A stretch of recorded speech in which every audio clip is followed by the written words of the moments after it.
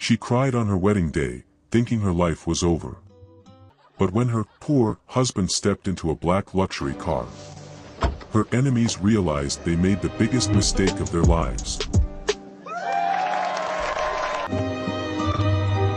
Amara had always felt like a stranger in her own home ever since her father remarried.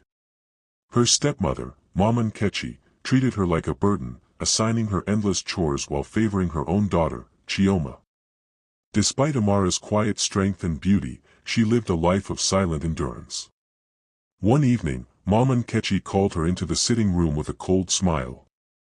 Without warning, she announced that Amara would be married off to a poor village farmer named Obinna.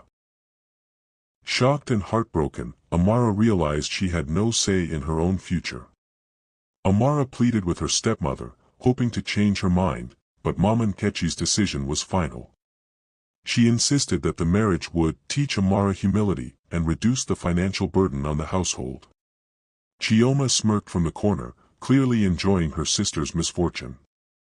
That night, Amara cried herself to sleep, mourning the dreams she once had: education, independence, and love. Now, her life was being traded away like a worthless possession. The journey to Obinna's village was long and dusty. Amara sat silently in the back of the car, her heart heavy with fear and uncertainty. She imagined a life of hardship, farming under the hot sun, and living in poverty.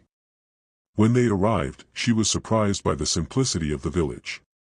Children played freely, and the air carried a sense of peace she had never known. Still, she braced herself for the life ahead.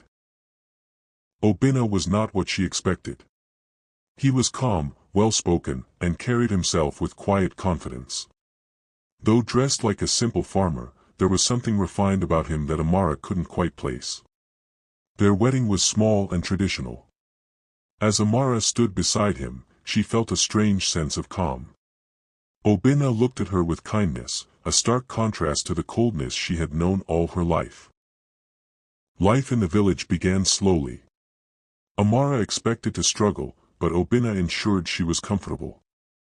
He never raised his voice and treated her with respect, something she had rarely experienced. Though she remained guarded, Amara began to notice that Obinna often disappeared for hours without explanation. It sparked her curiosity, but she chose not to question him, yet. Days turned into weeks, and Amara started adjusting to village life. She learned how to cook local dishes, fetch water, and interact with the villagers. Surprisingly, she found joy in the simplicity. Obinna continued to surprise her. He spoke multiple languages, read books at night, and carried himself like a man far beyond the village. Amara began to wonder who he really was. One afternoon, Amara followed Obinna discreetly as he left the house. She watched as he walked past the farms and into a secluded area near the forest. There, a sleek black car was waiting for him. Her heart raced as she saw him change into an expensive suit and drive away. Confused and shaken, Amara realized there was more to her husband than he had revealed. When Obinna returned that evening, Amara confronted him. At first, he remained silent, but seeing the pain and confusion in her eyes, he sighed deeply. He admitted that he had been hiding his true identity. Obinna revealed that he was a billionaire businessman who had chosen to live simply to find genuine love. Amara was stunned, struggling to process the truth. Amara felt betrayed and relieved at the same time. She had been forced into the marriage, yet fate had led her to someone extraordinary. Still, she questioned why he kept such a big secret. Obinna explained that he had been hurt in the past by people who only cared about his wealth. He wanted someone who would accept him for who he truly was. Amara began to reflect on everything. Despite the deception, Obinna had treated her with kindness and respect. Unlike her stepmother, he saw her value beyond appearances. Slowly, her anger softened. She realized that perhaps this unexpected marriage was not a curse, but a blessing in disguise. Obinna started opening up more about his life. He owned multiple companies across Africa and beyond, yet he found peace in the village. He wanted a partner who could understand both worlds. Amara listened attentively, feeling a growing connection between them. For the first time, she felt seen and appreciated.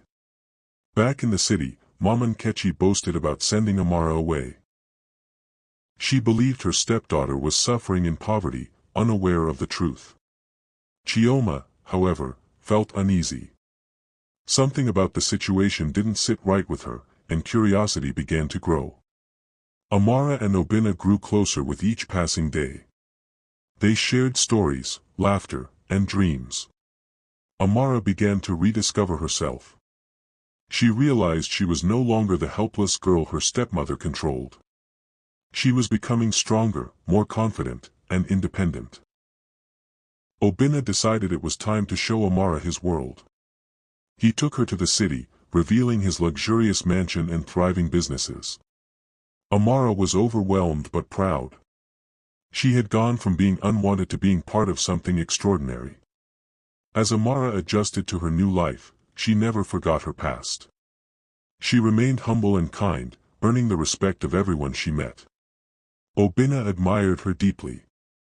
He knew he had found someone rare, a woman of strength, integrity, and grace.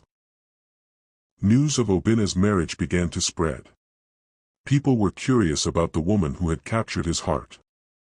Meanwhile, Mama Nkechi accidentally discovered the truth through a television interview featuring Obinna. Her jaw dropped in disbelief. Mama Nkechi and Chioma rushed to confirm the news. When they realized Amara was now living in wealth and luxury, jealousy consumed them. Mama Nkechi regretted her decision, wishing she had given Chioma the opportunity instead. Amara received a call from her stepmother, who suddenly sounded warm and loving. She invited herself to visit. Amara hesitated but agreed, determined to face her past with strength.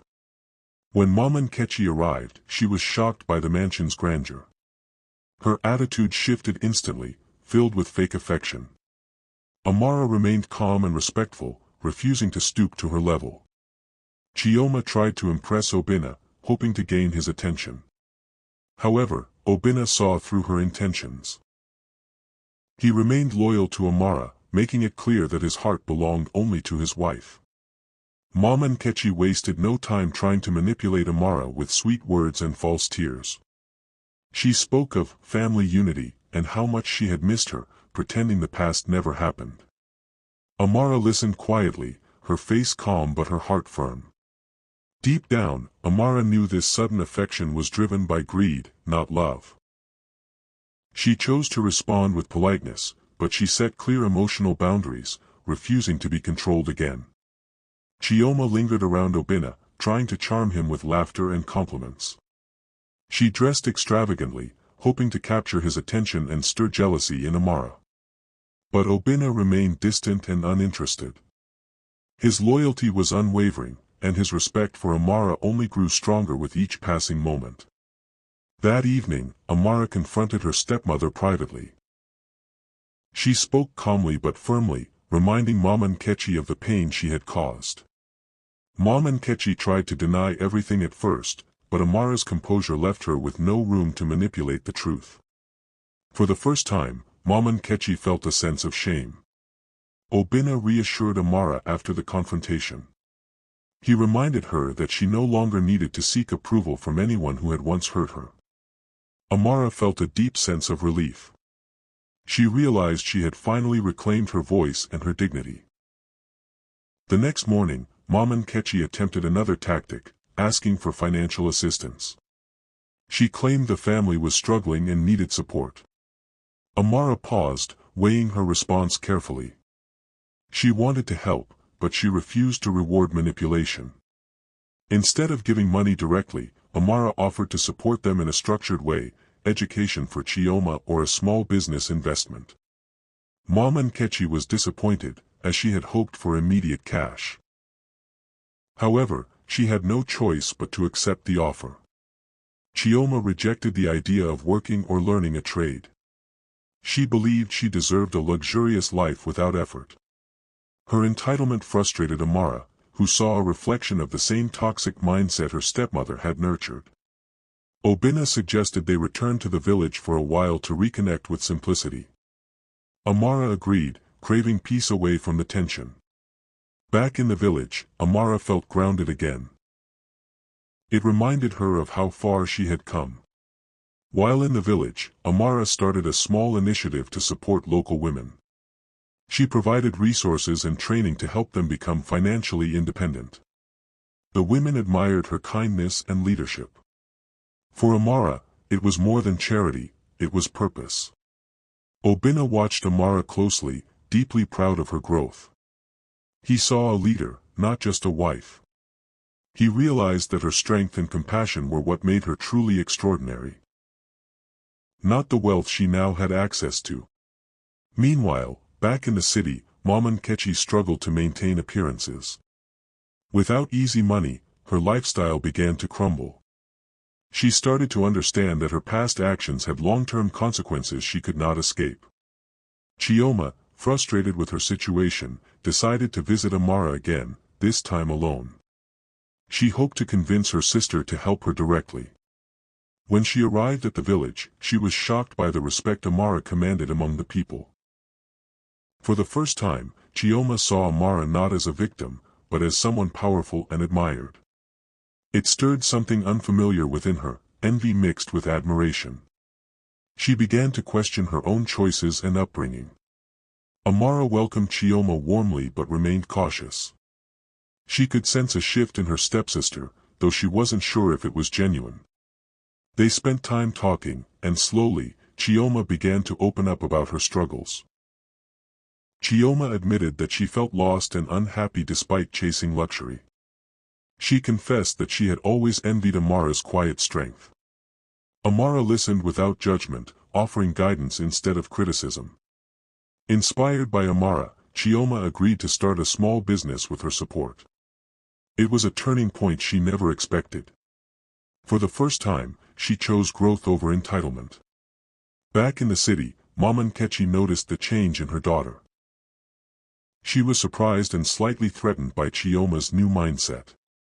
She feared losing control, as both girls were beginning to think independently. Amara and Obinna expanded their projects, investing in rural development and education. Their impact began to reach beyond the village. They became known not just for wealth, but for meaningful change. One evening, Obinna shared his vision of building a foundation in Amara's name. He wanted her story to inspire others. Amara was deeply touched. She had once felt invisible, now her story could empower many. Mama Nkechi eventually visited the village again, this time with a different attitude. She was quieter, more reflective. Seeing Amara's work and influence, she began to truly regret her past actions. In a rare moment of vulnerability, Mama Nkechi apologized sincerely. There were no excuses, only remorse. Amara listened carefully, searching her heart for the right response. After a long pause, Amara chose forgiveness. Not for Mama Nkechi, but for herself. She refused to carry the weight of bitterness any longer. It was a powerful moment of emotional freedom. The family slowly began to rebuild their relationship. Though scars remained, there was a new foundation of honesty. Amara maintained her boundaries, ensuring the past would not repeat itself. Chioma's business started to grow, and she gained confidence in her abilities. She no longer relied on shortcuts. Her transformation became one of the most unexpected outcomes of Amara's journey. Obinna and Amara celebrated their anniversary in the village where it all began. It was a reminder of how their story started. They reflected on the twists of fate that brought them together. Amara realized that what once felt like punishment had led her to purpose, love, and fulfillment. Her life had become a testimony of resilience and unexpected blessings. The foundation they built began to change lives across communities. Young girls, especially, found hope in Amara's story. She became a symbol of strength and transformation. Mama Nkechi lived a quieter life, humbled by everything that had happened. She tried to make amends in small but meaningful ways. Though she could not undo the past, she chose to grow from it. As the sun set over the village, Amara stood beside Obinna, watching children play freely. It was a peaceful moment filled with gratitude. She realized that true wealth wasn't just money. It was love, growth, and the ability to change lives, including her own. Amara stood on the balcony of their home, reflecting on her journey. From rejection and pain to love and success, her life had transformed in ways she never imagined. Beside her stood Obinna, the man she once feared but now loved deeply. Together, they had built a life rooted in trust, resilience, and genuine love, proving that sometimes, what seems like misfortune can lead to the greatest blessing of all.